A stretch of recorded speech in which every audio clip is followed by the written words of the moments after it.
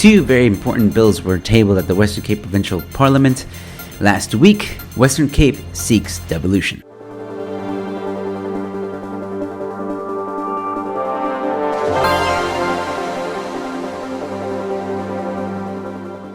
Hello ladies and gentlemen, welcome to News in 5. I'm your host, Joe Emilio. Alright, so let's get right into this one. Western Cape on the brink of full federal autonomy. The most radical challenge ever to the current South African constitutional order has been launched this week, almost unnoticed in the Western Cape Provincial Parliament. The likely outcome is that South Africa will move from being a quasi-federal unitary state to a fully federal one. So I reached out to Phil Craig of the Cape Independence Advocacy Group, who released this press release last week, to get a little bit more information. Here's what he had to say. This has been a really big week for Western Cape autonomists. And in the Western Cape Provincial Parliament, we've seen the announcement of two really significant pieces of legislation. The first by the DA is called the Western Cape Provincial Powers Bill, and the second by the Freedom Front Plus is called the Western Cape People's Bill. And collectively, these two pieces of legislation will turn the South African constitutional order on its head. The Provincial Powers Bill requires that the Western Cape Government regularly assess which powers the province needs to be able to properly serve the people of the Western Cape, and having done so, it compels them by law to use its best endeavours to achieve those powers.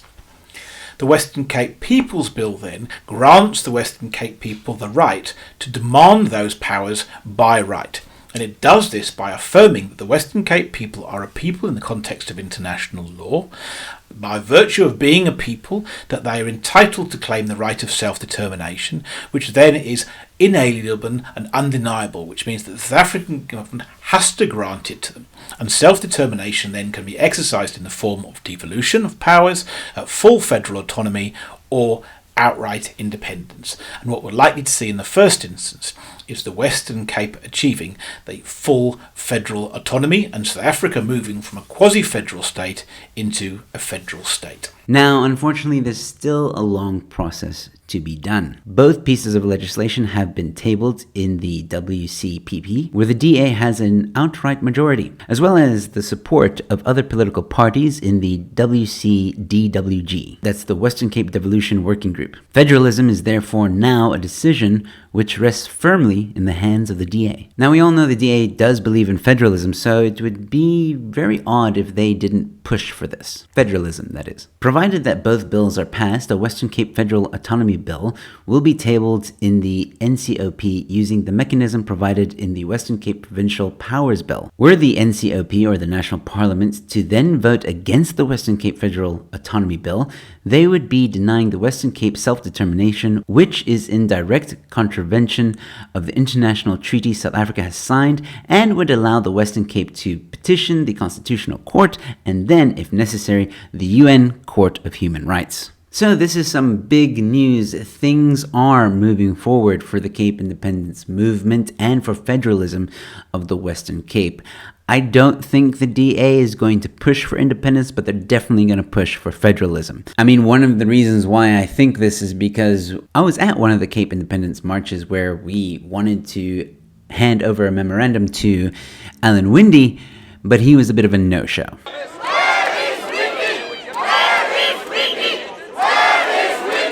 But either way, Alan Winde not being there was still a bad look for the DA. And while the DA does want to push for federalism, they did promise that they would allow the citizens of the Western Cape to have a referendum on whether or not the Western Cape should secede from South Africa. Let's see if they keep their promise. And before you go, let me ask you to please check out the video on the Western Cape People's Bill. It's linked in the description below. That will give you a feel for what this bill is all about. Well, let me know your thoughts in the comment section below, ladies and gentlemen. What do you think about this development in the Western Cape independence movement? If you enjoy this content, you might enjoy these videos. Leave a like and share the video, and don't forget to subscribe, ladies and gentlemen. I've got more content coming your way. And with that being said, stay safe, be kind to one another, and I'll see you at the next one. Cheers.